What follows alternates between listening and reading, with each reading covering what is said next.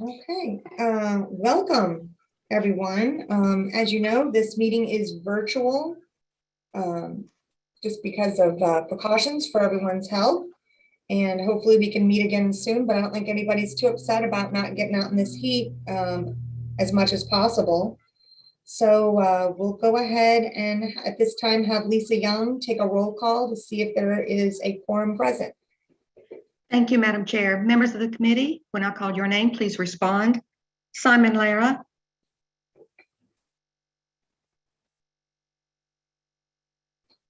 Simon Lara. Robert Vandenacker. Nick Russo. Here. Thank you. Ron Gritman. Here. Thank you. Paul Montes. Here. Thank you. Amy Moreno. Chris Agno.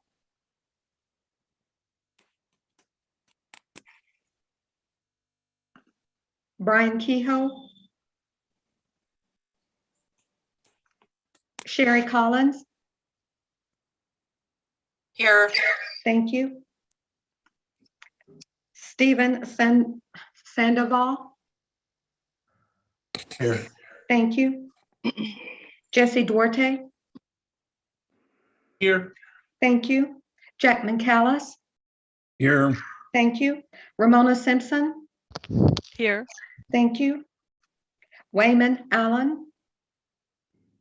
Here. Thank you. Robert Parks. Here.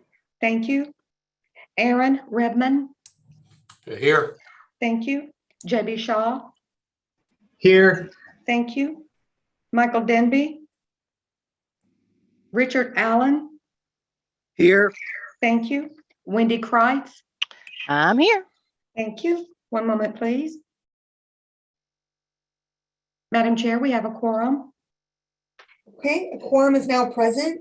The meeting of the MAG Solid Waste Advisory Committee is called to order. All members are participating virtually. Please remember to mute when you are not speaking. If you are attending by phone only, press *6 to unmute. We operate our committee meetings in full transparency, giving the public access to committee meetings, materials, and discussion. The public cannot view the chat comments. As a result, we are disabling the chat feature in all committee meetings moving forward. If you need technical assistance during a meeting, please contact the helpline at 602-452-5095 or contact MAG staff. We appreciate your understanding and helping to maintain transparent discussions for the benefit of the public.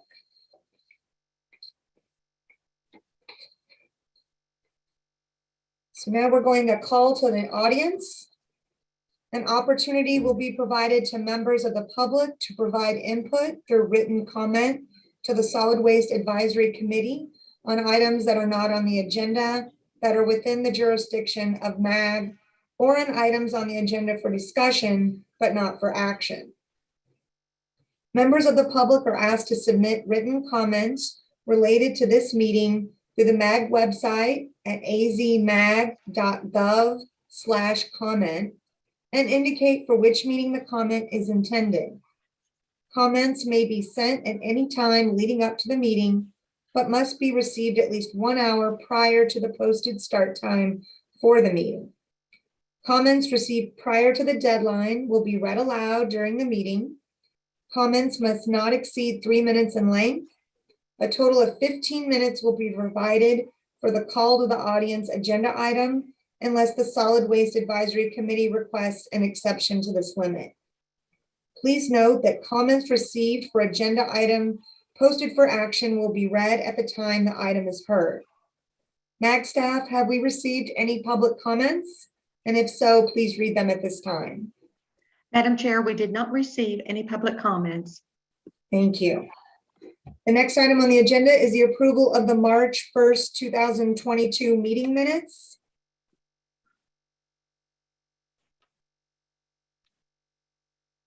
we're going to review and approve the March 1st, 22 meetings. Do I have a motion?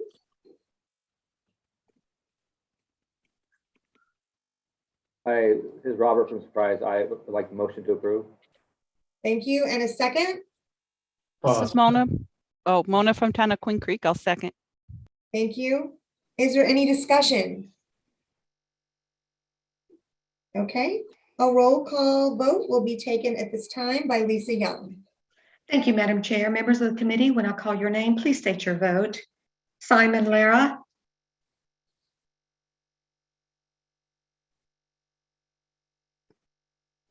Robert Bondenacker.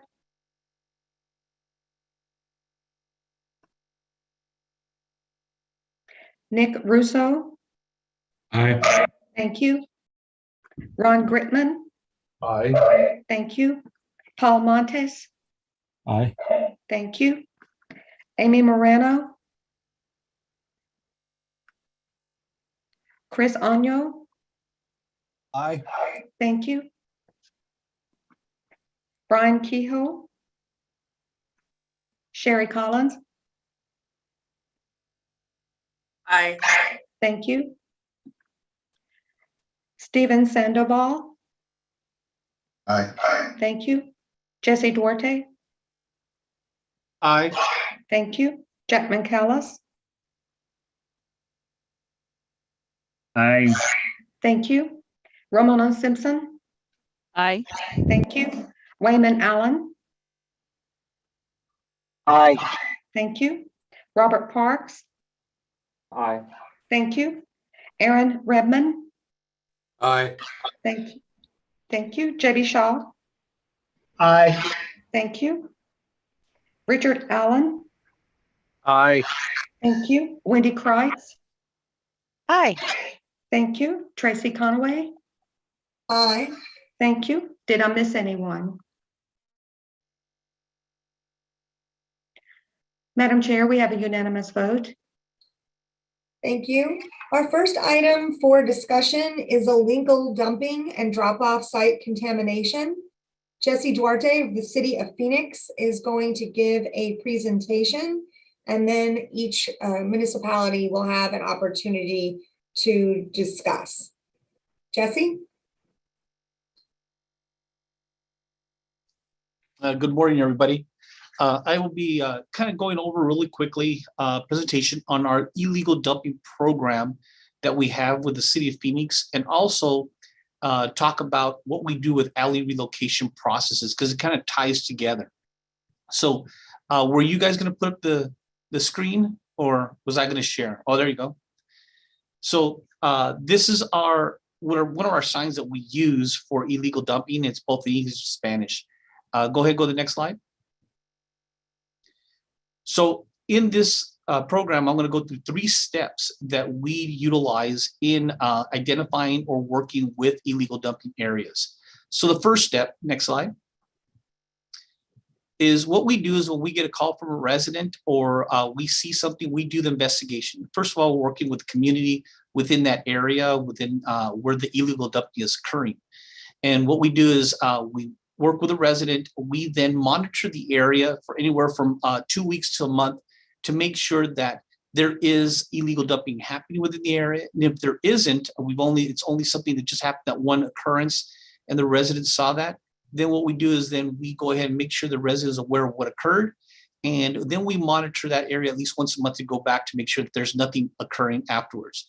If we do find illegal dumping, that it does continue to occur, then what we do is we go to our next step. Next slide. Our next step is we install metal signs. And this is, again, working with that community, with those residents within that area.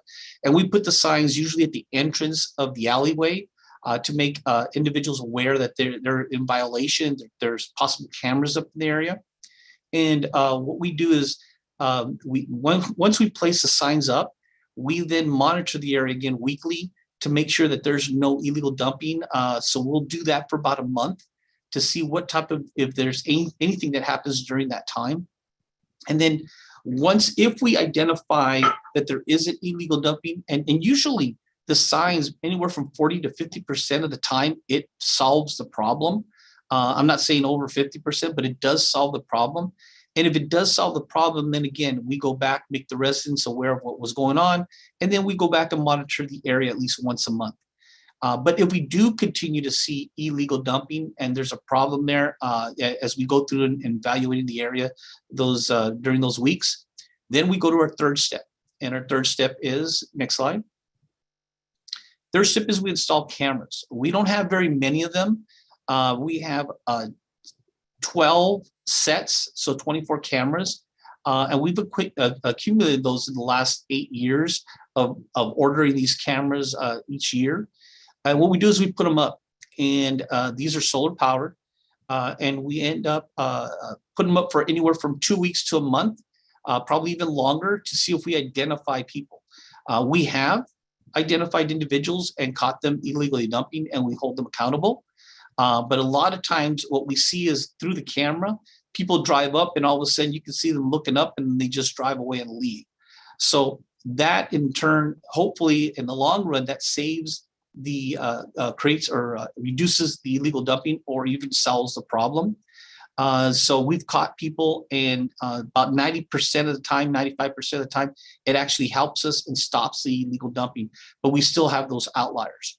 And that's why I wanted to make sure what I wanted to show you guys are steps for illegal dumping. And then the other thing I wanted to talk about was our alley relocation process. So the next slide. For illegal dumping, we have fines and abatement costs. Fines range from anywhere from $250 to $2,500. And the abatement cost, the minimum starts at $115. And that's for us to actually go out and clean it up. We've had some abatement costs, it's anywhere from $700 to $800, even $1,000 to clean up large piles. But that's what with our fines and abatement costs are during this process. So then let's go into the second part, which would be our alley relocation process. Next slide. So we also have 3 steps with our alley relocation process. What happens is, and it kind of coincides with illegal dumping.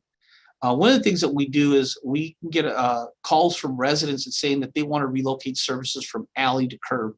And the first thing that we'll do is the first step would be recommend safety analysis for the alley. So if you want to go to this next slide. So what we do is we have our safety team. I'm pretty sure you guys like this picture, but we go to our safety team, and they actually go out and identify, is this alley still safe to access, in and out? And we look at the entrance, the width of the areas. We look at the width of the alley.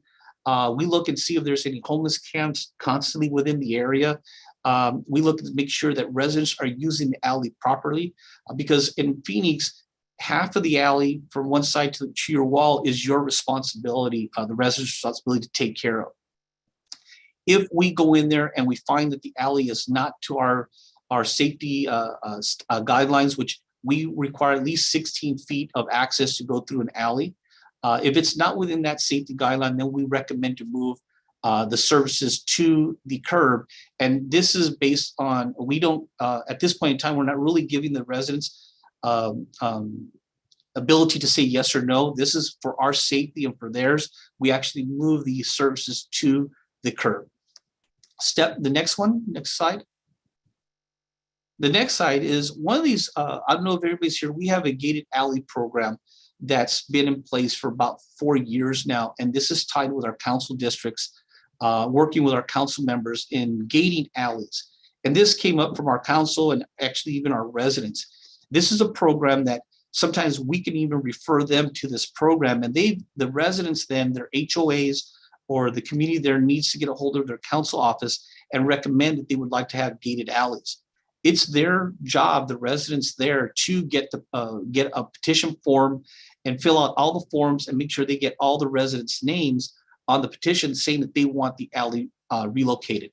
And they have to have over 50 plus 1% of the residents wanting the alley to be relocated and gates put up in the alley. Right now, we are having some funding through our neighborhood services, not neighborhood services, but our, I forgot what the name of the monies that we're getting, but we're getting some monies for this program. We ended up getting about $400,000 to do this. but the gates aren't cheap. They're roughly running about $4,500 per gate to do these. But this is a program that is actually working very well. We continue doing this. We have probably about 30 to 40 alley segments that have been gated already. And some of these alleys may have 3 gates, depending on the entrance of these areas. But once the gates are up, it makes it easier for our code enforcement staff to be able to hold more people accountable, because now the gates are locked. And if they go in, they actually go in and check out these alleys at least once a week, twice a week, to make sure that there's no illegal dumping. And if there is dumping, those residents are held accountable where it's at, because there's nobody else has access. So it makes it a lot easier for us to hold people more accountable. Next slide. And then overall, whenever we do any alley relocation, we make sure that we're contacting our residents and making sure that they understand what we're doing. We send them letters. We usually try to give them 30-day notice, so that if they have any questions regarding the alley relocation, they can let us know. And a lot of times they'll call their city manager's office, or they'll call their council office. Why is this going on? We make sure that we're contacting the council office in the area that we're doing the relocation, and the city manager's office. That way, if they get calls, they know what's going on. And then in some cases, we do what we call walk and talks, where we'll actually walk the neighborhood and leave door hangers, or talk to the residents and let them know what's going on. So that's mainly what we do for our alley relocation. And it kind of ties to illegal dumping, because if we can't get the area, even with the cameras, taken care of, we'll move it to an alley relocation process. Next slide. So Julie's going to share the next slide for me. I'm having problems playing the video. All right, I wanted to show you guys a video that actually it aired on the news probably about a couple of years ago, on one of our customers, or one of the people that we found illegally dumping.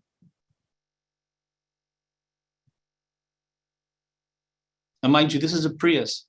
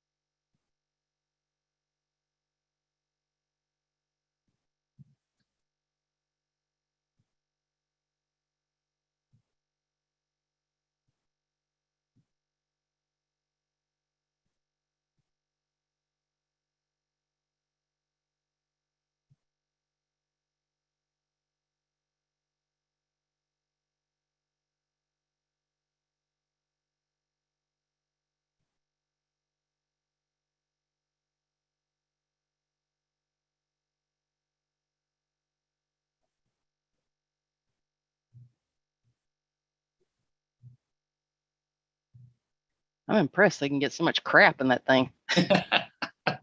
I'm telling you, it's a Prius too. Impressive.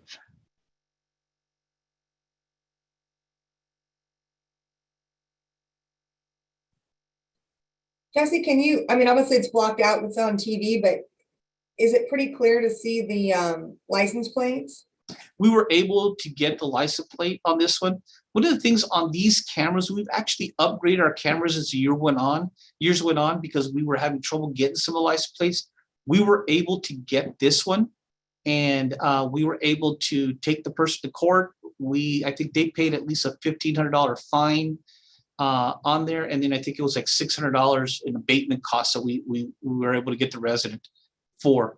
So that's just one, and that actually aired on the news because they've done some interviews for us regarding illegal dumping a couple of years back. So let's go to the next slide. Next. All right. With that, that's actually one of our good, clean alleys that you see there. But with that, if you have any questions, I'm here.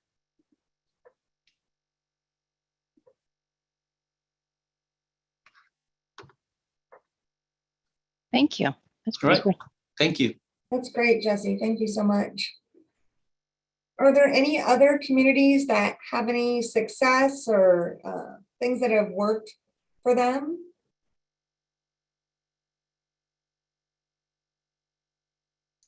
One of the things, this is Jesse, one of the things that's really worked for us is working closely with our council offices with the residents, because that's with this gated alley program, it's not going to go away. This is going to be a program that's going to be mostly a lot of our alleys going down within the next, in the future, 5, 10, 15 years down the line.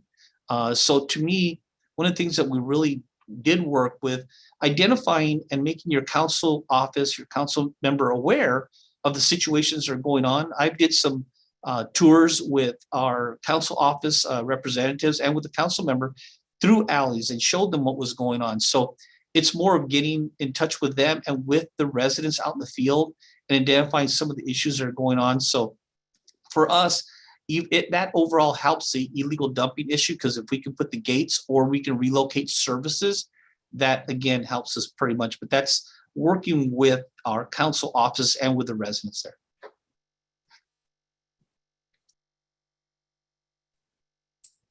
This is Aaron at Tempe. I was just curious to ask, beyond safety, did you see any other benefits for relocating the services from the alley to the curb? Oh yes, our efficiencies for our operation for solid waste collection is a lot quicker. We're not having to go through alleys and dump, even though it's a 3-to-1 or 2.5-to-1 ratio for 300-gallon barrels. It still takes them a lot longer to go through an alley than it is on street to pick up individual containers. The other thing is we reduced our tonnage in the alleys, because people throw everything they can in an alley, and sometimes said people, whether they're illegal dumping or not, drive through and throw items in.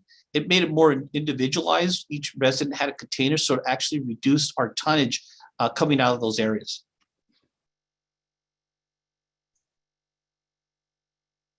When we've done some, this is Tracy from Chandler. When we've done some studies for neighborhoods where we look at the recycling rates for areas that have alley versus curbside trash collection, we noticed that recycling rates were 50% lower in those areas with alleys, because it's just easier to put the recycling in the alley containers because it fits, it's large. So that's just something that's anecdotal, but interesting to know.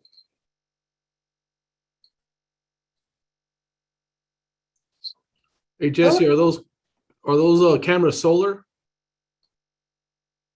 Yes, they are solar cameras right now.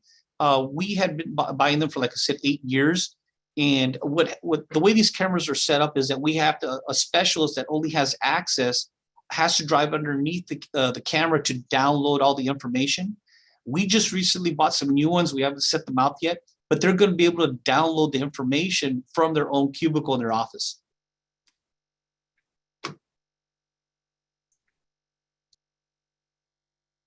Thank you.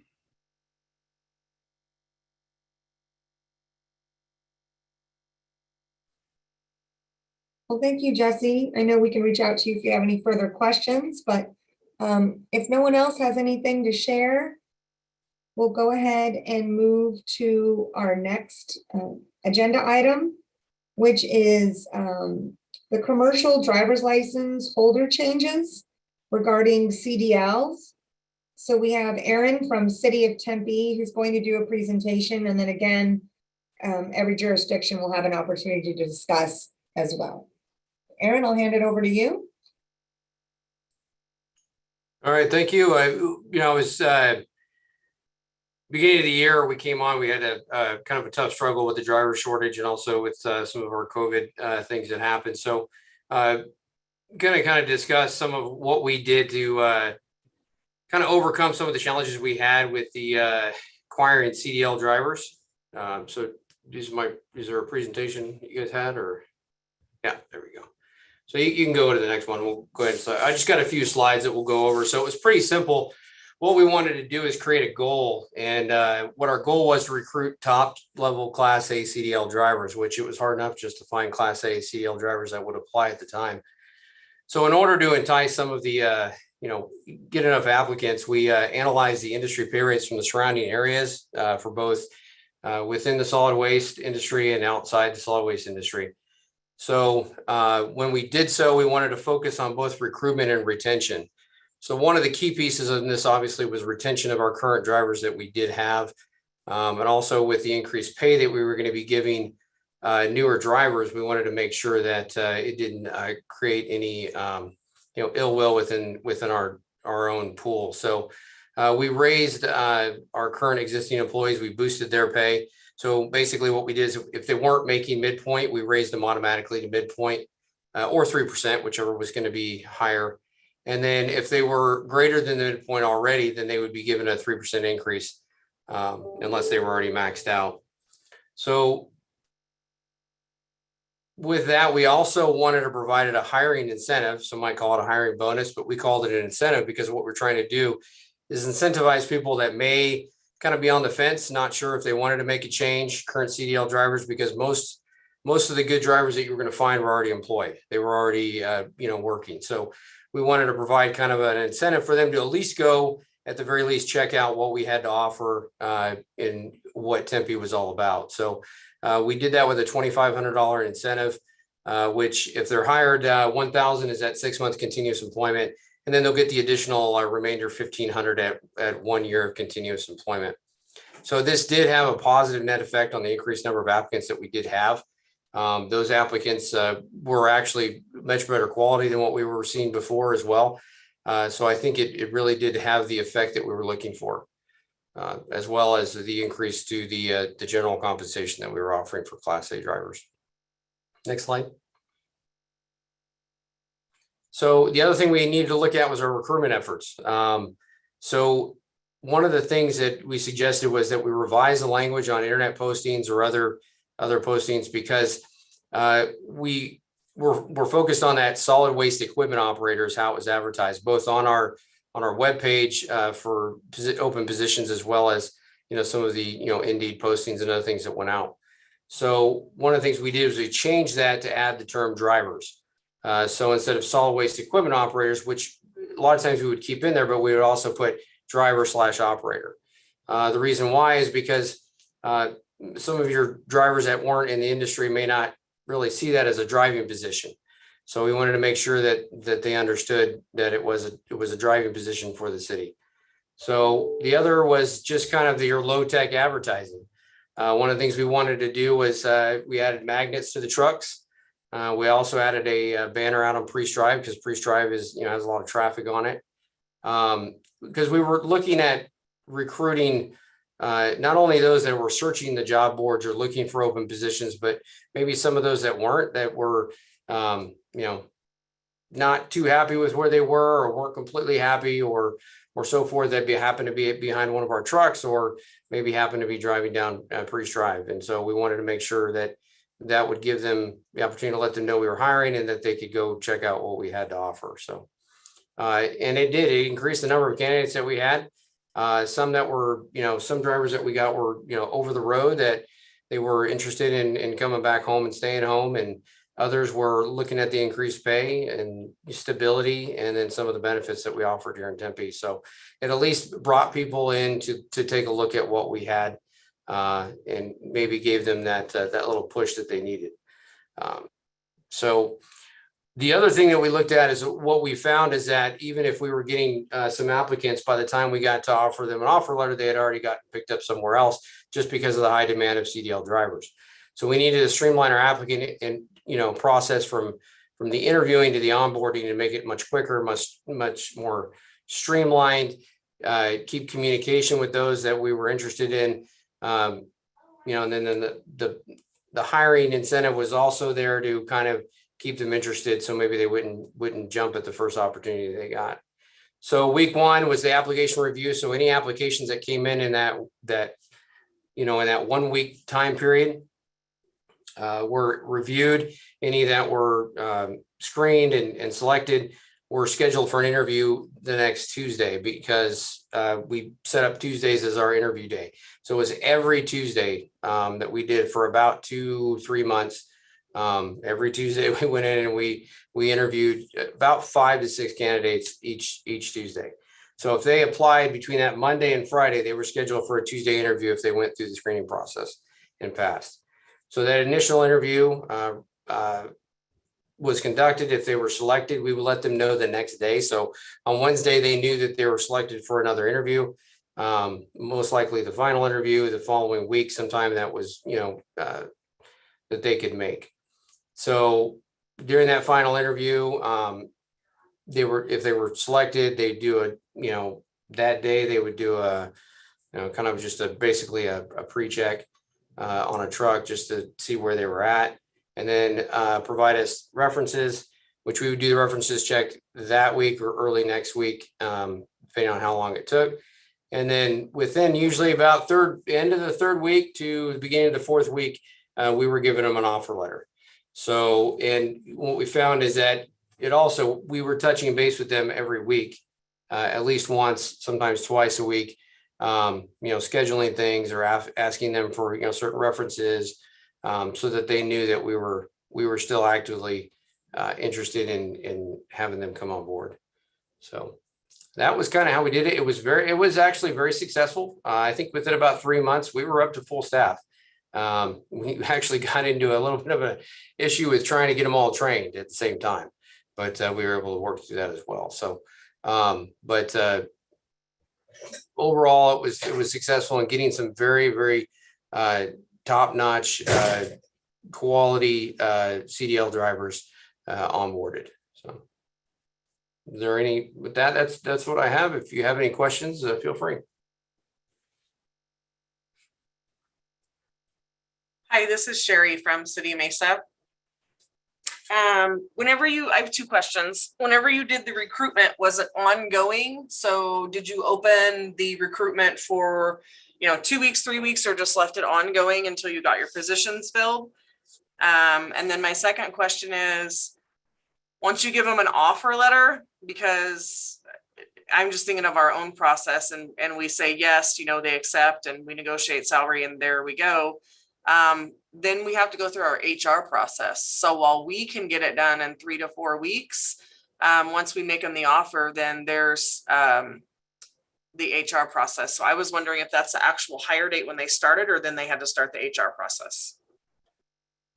To answer your first question first, it was an ongoing process. We never closed the recruitment. We left it active until we reached full staff.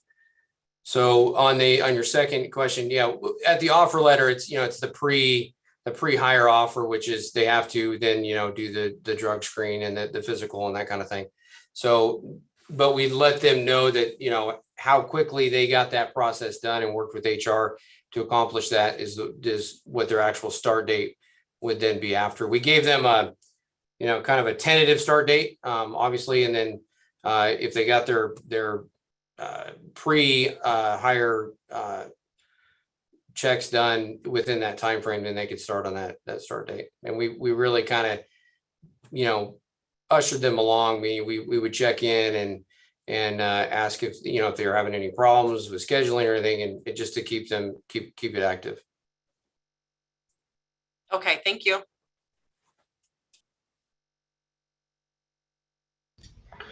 It is Mike with the City of Glendale. I had a question. Did you have any pushback from the existing employees on the hiring incentive, or was the 3% enough to cover what they were giving the new hires? We had a few that it wasn't enough, but across the board in general, it was well received.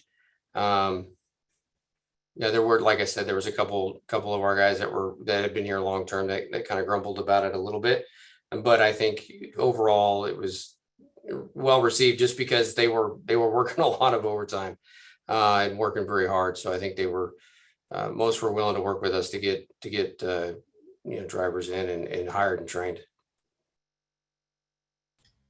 What was the process for getting the recruitment pay approved? Did you guys have to go through, I'm sure, HR and get that council approved, or was it a little more fluid for you guys? No, it was council approved, but because of the kind of, I guess, the the press about some of the challenges that we were having. It was a little, probably that helped a little bit get it streamlined. So it was pretty quick to get it, but it did have to go through council.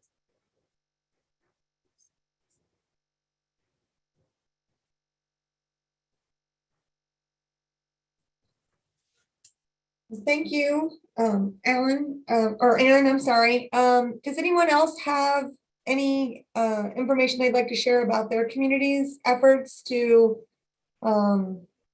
recruit drivers or to get current employees certified through CDL?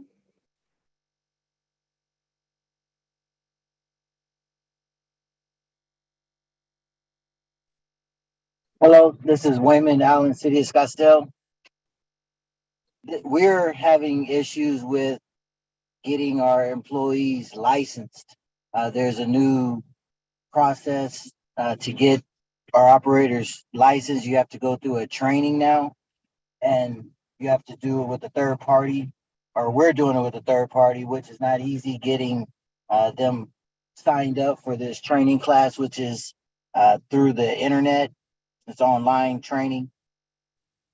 So that's one issue that we're having. Another issue that we're having is, recently I wanted to hire a gentleman who did not speak English very well. And he has to be fluent in English to take the CDL test here in Arizona. Do you guys have any information on testing and getting your drivers licensed?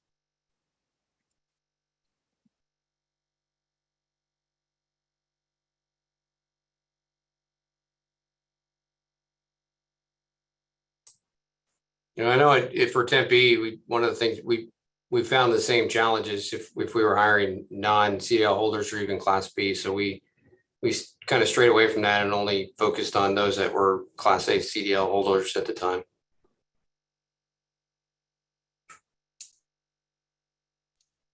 Yeah, for Phoenix, we have an apprenticeship program that we hire people without the CDL license and we help them get the license to the program.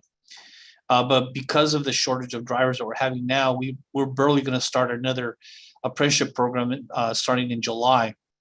But we're constantly always looking for drivers. One of the things that we did look at is at hiring them with a B license, because realistically with an A license, they just need to haul a trailer with an A license, and most side loader, front loader roll-offs that we have here or rear loaders that are in collection didn't haul a trailer, so it would be a B license. So we kind of looked at that, trying to make sure that we get drivers in, and then once they had their B license in the future, training them to get their A license. So that's kind of things that we looked at over here.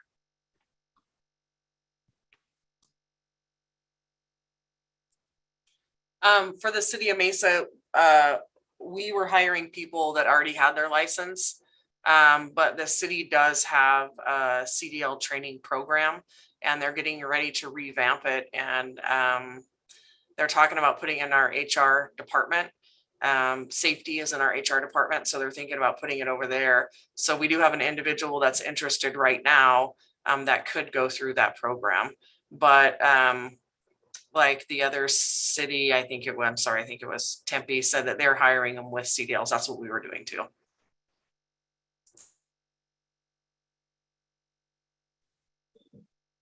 City of Goodyear will hire them with a Class B, and then train them, send them to a third party for Class A training if they wish. That doesn't apply to side loaders since we contract that out. That's just for bulk operations.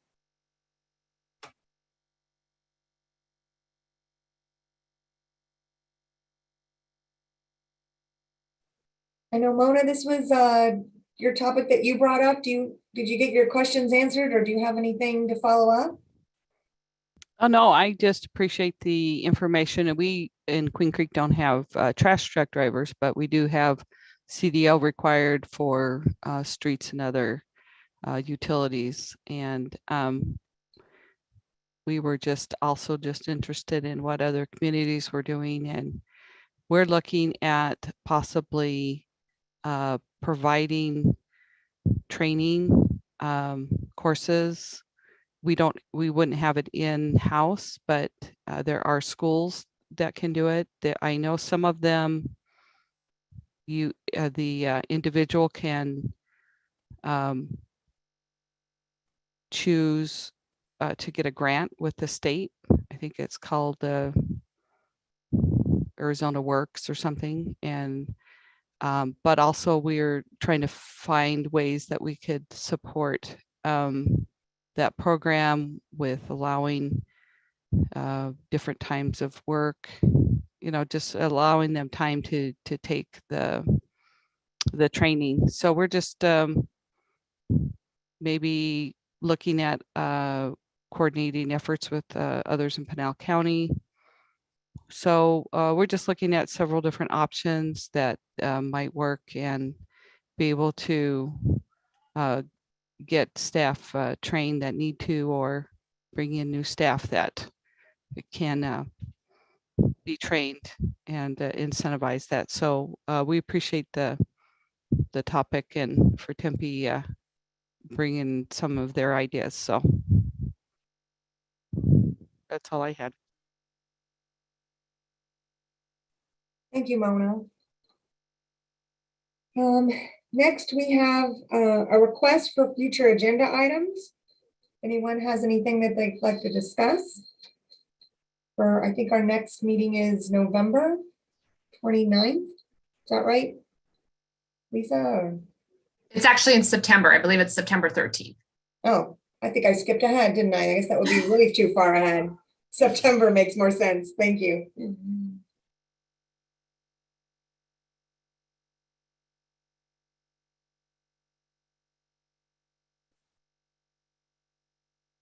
I have a topic then. Internally for our public works department, which includes water, solid waste, and streets, and I know everybody's a little different, we're focusing on what we're calling the Public Works and Utilities University, which is going to be, we're right now in committees to talk about succession training. So we have some things set up with some entry-level water technicians and some other ones, but we're really looking about in the next few years, we have retirements coming up and some other things. It's always ongoing, but just looking for some opportunities and set goals for our internal candidates to be prepared to maybe step it up through promotions or maybe even learning a new skill set. So I was interested in other municipalities that might want to share any of that they may have as well. So there's internal training, succession training. This is Sherry from City of Mesa. We have a future foreman program. We have suspended it during COVID, and during all the staffing shortages, but we're gonna start it back up where we have our operators come in and do a rotation in the foreman area. So when those positions come up, that they're ready and a qualified candidate and can promote into those. So that's one official program that we have, and it's been really successful. That'd be great. Maybe you could, share some more information about that. That would be really interesting. For the next meeting? Yep. Okay. Great. And if anyone else has any other things that they'd like to share, even if it's just a one slide or a presentation, please reach out and share that information with MAG staff so that can be included.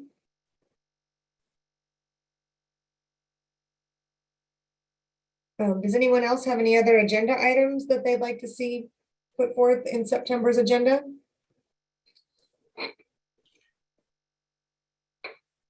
One that I was thinking about is I'd like to see what some of the other members are doing as far as their training. We kind of have a formalized, informal training process, if that makes sense. But I'd like to see what some others do as far as their training processes, to getting guys up to speed, to getting their crews, onboarded and trained, and kind of where they are as far as proficiency when they're trained. Are you talking mainly drivers or anyone in your division? Mainly the solid waste drivers.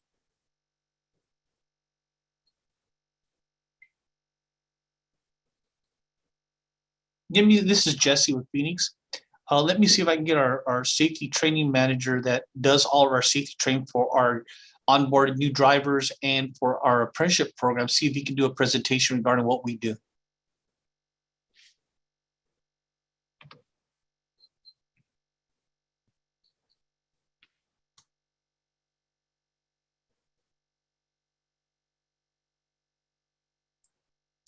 This is Sherry from City Mesa again. I feel like I'm talking a lot today, but we also have a safety team that takes them in and does a bunch of formal training. So I don't want to volunteer for everything, but we do have a team that does that as well. If you guys are interested, I could maybe do the same as Jesse, have them put together something short and present it as well.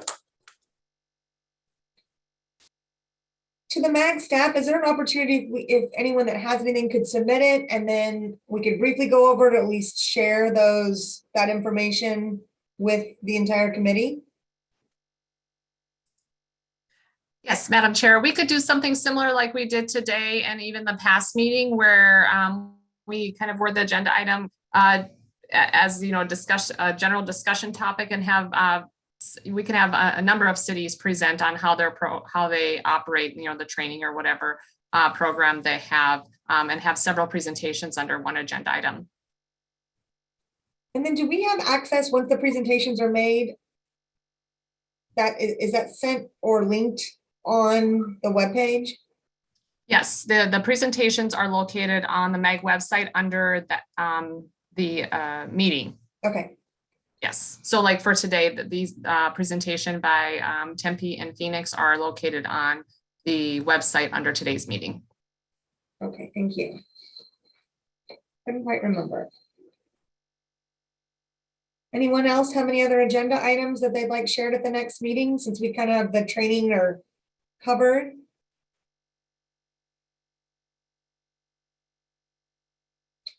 Okay, of course, if anyone thinks of anything in the future, they can go ahead and send that to MAG staff.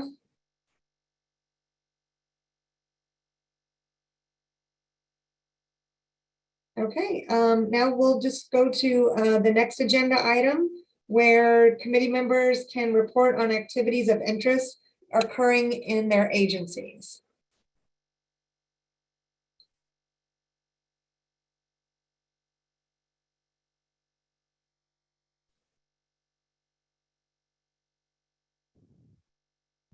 Hey Tracy, this is Mona. I guess I'll go first because it gets the conversation going.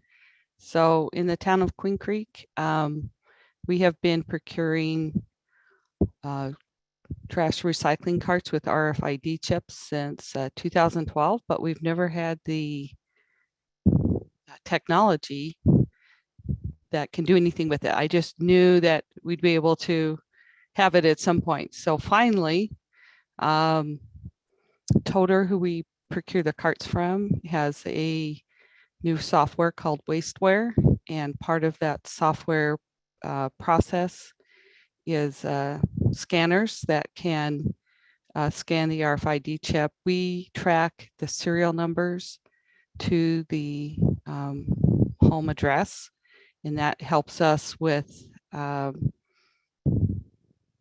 inspection program and providing outreach materials and knowing who's maybe in violation. And in addition, these scanners are going to help us with inventory. So we do quarterly inventories, and we do once a year inventory.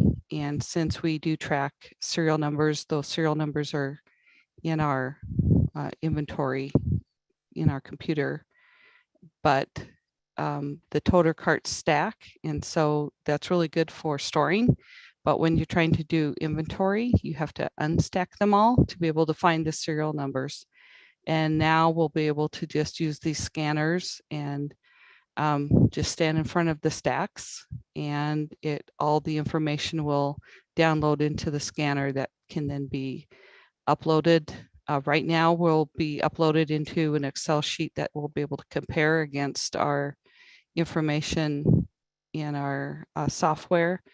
but we're working on eventually having an interface connect so that it will verify against the software directly. So instead of taking 2 days to do inventory, it will take about 15 minutes.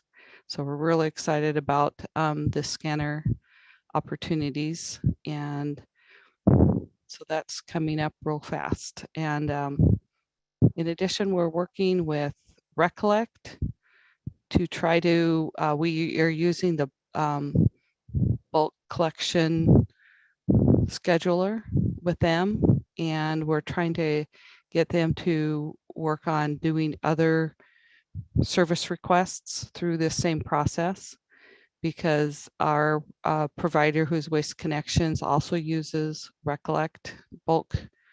And so when someone is requesting a bulk online, that information goes directly to Waste Connections and creates a service request in Waste Connections. So we don't have to do any of that on our side, and they don't have to double enter on their side. So we're hoping to get other service requests like missing cart, damaged cart, place an additional cart, those kinds of things. So if anyone is using Recollect and want to help us encourage them to move to their next step, we'd appreciate it if this is something that you'd be looking for, because of course there's strength in numbers when you're trying to get softwares to do the next step. So I'm excited about those upcoming programs. That's all I had, Tracy.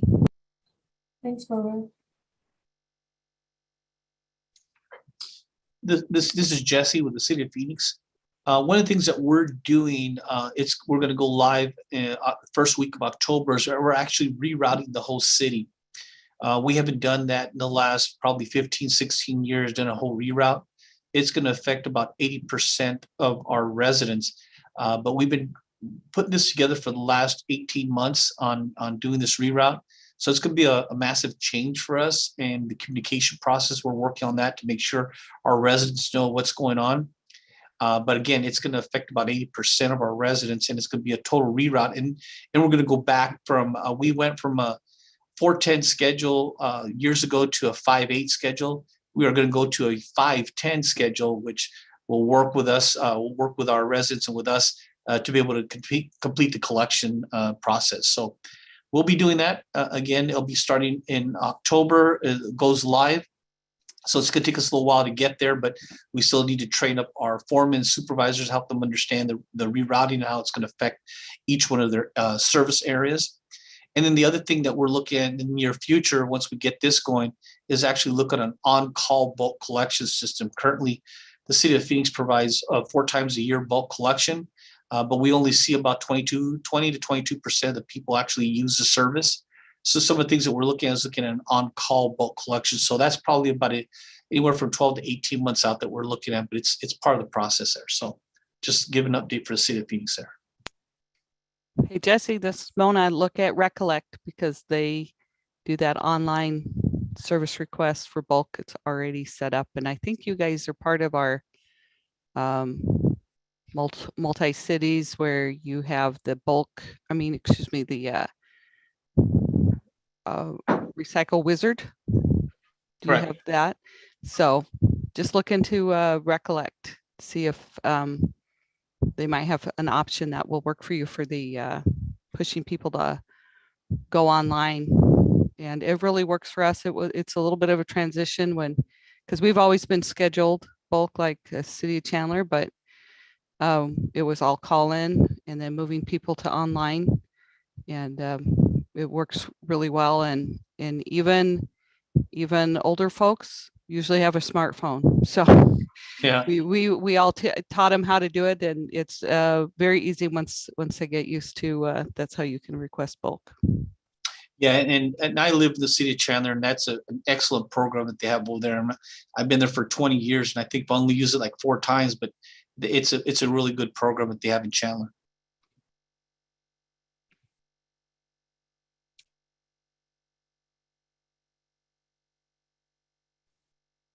This is Chris with the City of Goodyear. We're also looking at doing a major reroute for the bulk collections. Just due to growth, we've had to kind of even balance out the routes. Some areas that haven't grown, they're getting done early in the day, and then other areas where we've seen substantial growth, they're out there 10, 12 hours a day and having a hard time finishing. We're looking at August 1st, starting that. So hopefully we can just balance things out and we won't have to do any other types of changes to our bulk collection.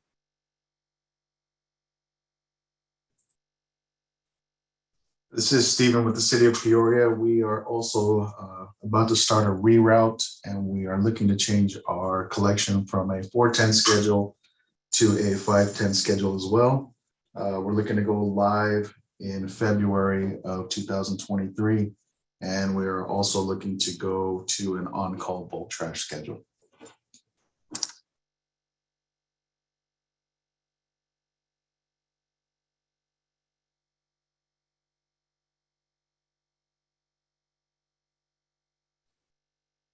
This is Tracy. So thank you, Jesse, for the kind words about our bulk program.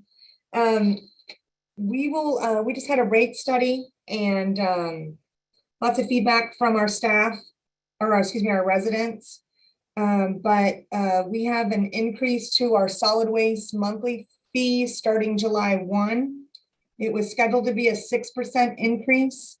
And through feedback through staff and our consultant, council approved that increase to be 3.4%, but that there will be some changes to some of our offerings to our residents, our free offerings. We used to do bulk, it is scheduled, and we do that for a couple of reasons. And one of it is we do have separate bulk pickup for metal, electronics, and cardboard. But instead of every 6 weeks, residents will get a free bulk twice a year. We found that just like City of Phoenix, we only had a certain percentage of people that were using it, and a very high percentage, over 95% of the people were only using it twice a year or less. Instead of waiting the 6 weeks in between, residents can actually do those free bulks back to back. So we're easing it in on July 1. They can get 2 free to the end of December 31st, but then starting January 1st next year, they'll just have 2 for the calendar year. And so we'll be able to track that. And then additional bulks are available to those residents at additional fee. And the other change that we have is at our recycling solid waste collection center drop-off, we were charging for only certain items, and now you can go on our webpage, or if you want me to talk more about it, but residents will have 2 free visits per calendar year up to 400 pounds. And then after that, it'll be charged through a prorate. After those 2 visits, there'll be a minimum charge of $10 for any amount that comes over the scale, and then a per ton rate over the $400.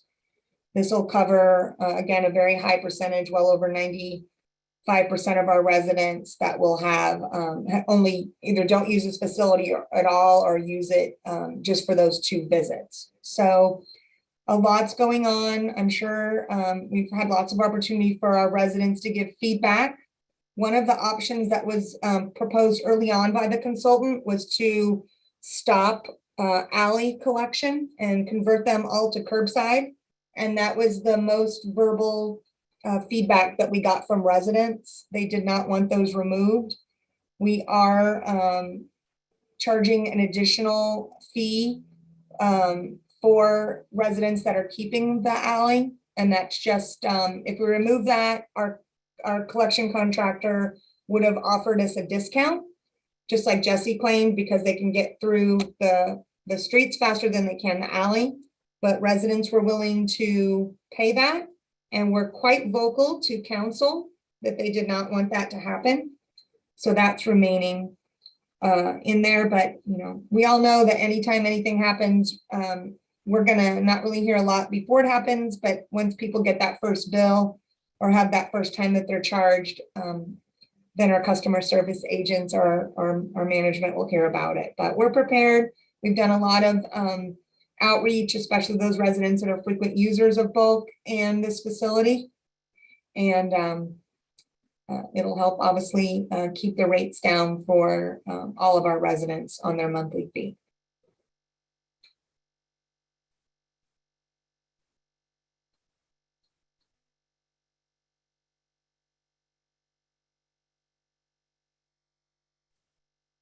Any other communities have anything to share? I know summer's a little quieter time, but looks like a lot of reroutes are going on.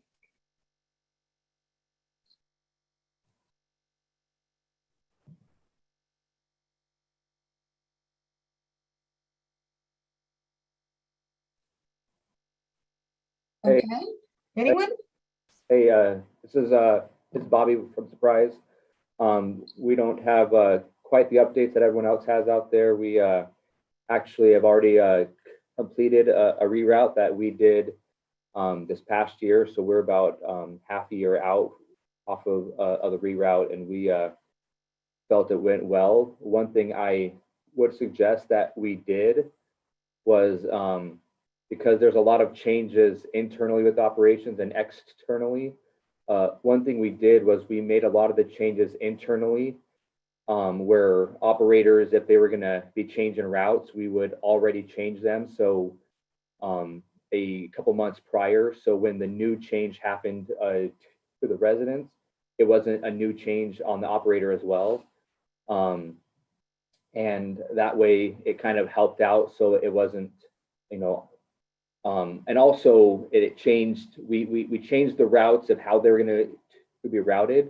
We changed that prior as well internally with our operations.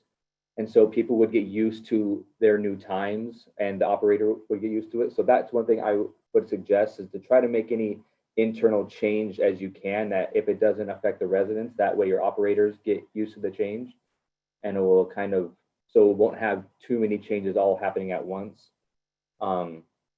We over here, we're kind of just trying to get through with our operations, as kind of everyone else kind of has the challenges of truck availability. Everyone's still probably waiting for some trucks that they ordered a while ago. Still trying to, we have some openings that we're trying to fill. We had a recruitment a couple weeks ago, and we didn't get any candidates that we wanted to make offers to. So we are have that open again, but we're also internally trying to work with our HR department on trying to make some salary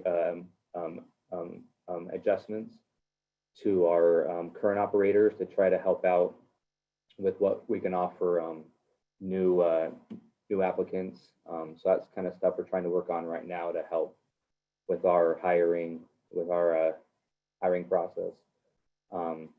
But besides that, we're just continuing to try to keep up with our operations and still try to provide the service we can to other residents of Surprise. So that's all the updates I have.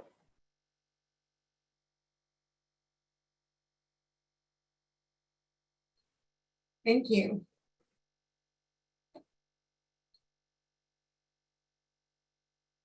Okay. Well, we're awful quiet today, so I guess business is now concluded. Is there a motion to adjourn the meeting?